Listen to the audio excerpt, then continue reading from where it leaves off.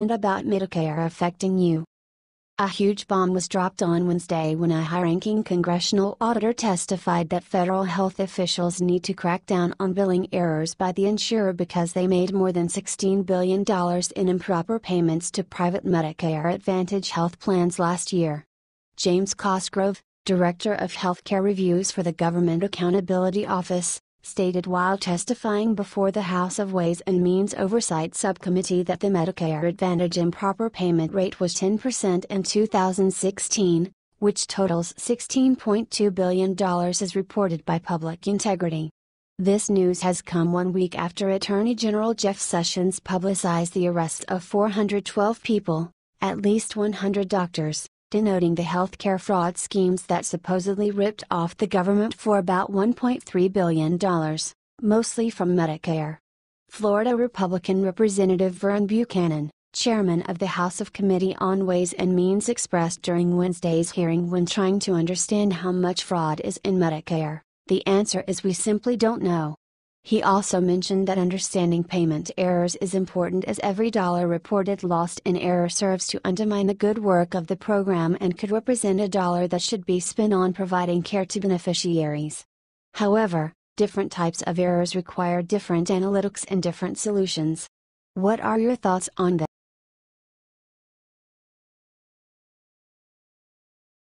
Trump supporter tells guest to shut up on CNN debate. Look what happens next.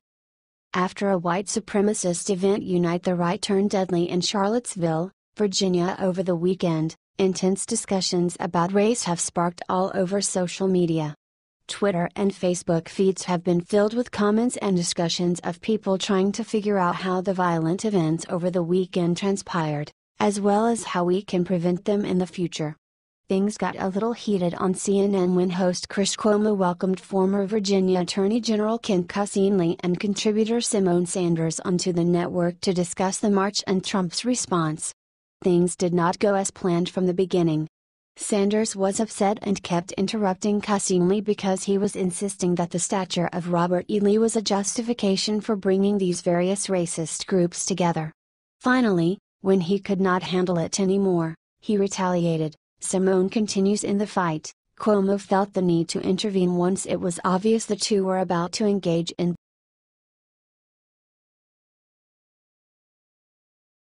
Elizabeth Warren tries to participate to a veteran rally. Gets a different response instead.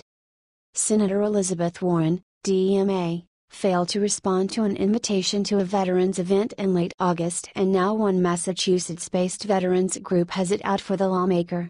On August 26, Veterans Assisting Veterans are hosting a rally that they initially invited Warren to attend. The group has since revoked their previous invitation because, as the Boston Herald reported, she favors illegal immigrants over improving services for veterans.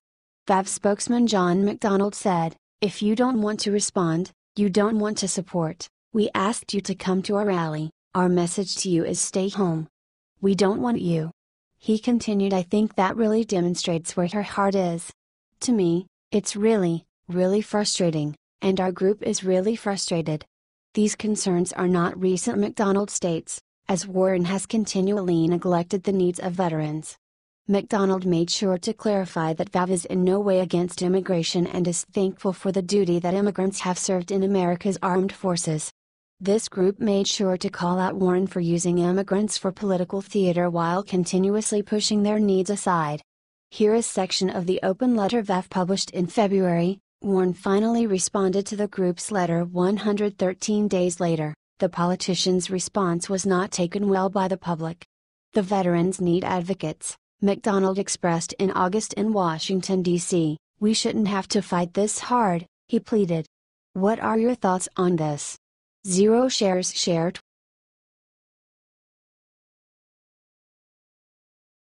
Photo of Trump with white supremacist goes viral.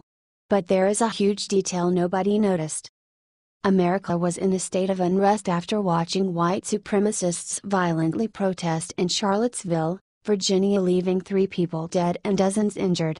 It did not take long for the masses to link President Donald Trump to white supremacists. They even berated him more because he didn't use harsh enough language to condemn the white supremacists. This photo of our president eventually went viral. Raf Sanchez, a Telegraph reporter, posted this caption along with the picture. Here's a photo of @millennial_Matt with Trump and carrying a burning torch in Charlottesville. This isn't complicated. The tweet received over 25,000 tweets, but unfortunately hours later the tweet was deleted because it turns out the photo was actually a fake. President Trump responded with this statement. Of course, the president was referring to white supremacists, as we found out later when a White House spokesperson clarified this information.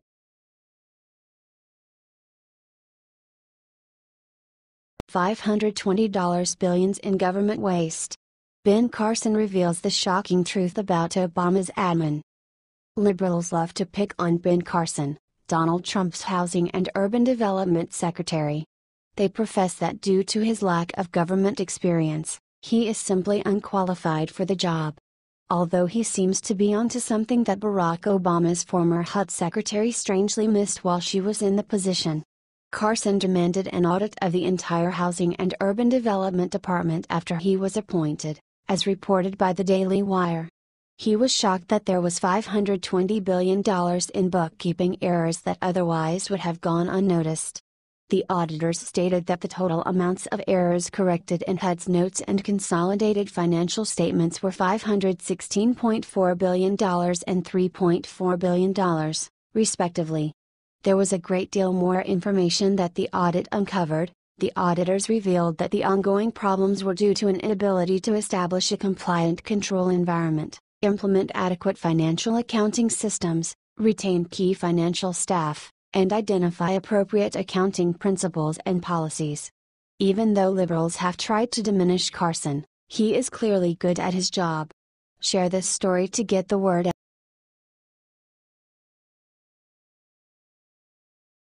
GOP and Dems regroup to Trump over protest comments, get instantly shut down by Mike Huckabee.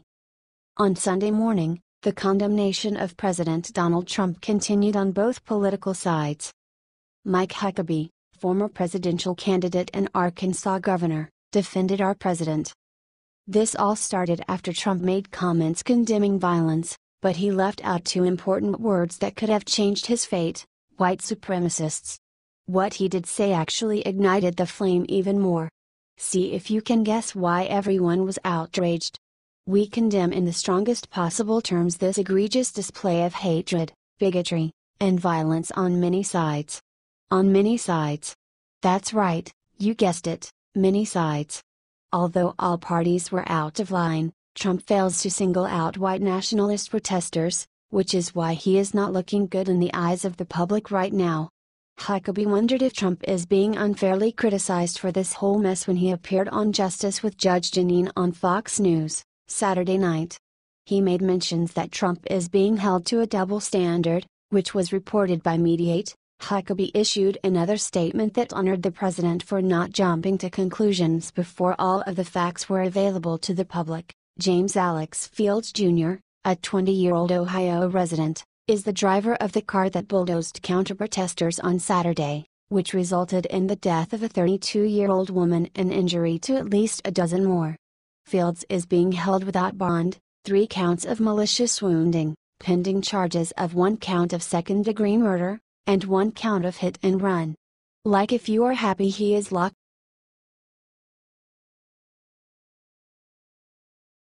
Dems struggling to find direction. Everything points to Barack Obama preparing his political comeback. Since midterms are coming up soon, the Democratic Party are being evaluated and it seems like they are in need of some assistance. Barack Obama might be just the guy to help. The Hill reports that aides to Obama called it a delicate dance as he will try to balance his good name among liberals so that he is not the first thing they think of when casting their votes. Obama is focused on fundraising to help the party rebuild after losing over 1,000 seats at the federal and state level. The Hill in July were told that Obama has met with DNC Chairman Tom Perez along with other Democratic superiors to help with the future of the Democratic Party. He'll tread lightly because he is not going to be the face of the party when it actually counts in 2020 and 2024, Julian Zelizer, a professor of history and public affairs at Princeton University said to The Hill. He continued, so the extent to which he would emerge and speak to a wide range of issues would preclude the emergence of someone else. They must find a standard bearer for future elections, and I think he can at least in the short term suck up all the available oxygen. Since leaving the executive branch, Obama has been pretty straightforward at times. The former president gave his public support on National Gun Violence Awareness Day on June 2 by expressing "Let your voice be heard and show your commitment to reducing gun violence." While his signature legislation is being fought on Capitol Hill, Obama let Americans know that he understands repealing and replacing the Affordable Care Act has become a core tenet of the Republican Party. Still, I hope that our senators, many of whom I know well, step back and measure what's really at stake.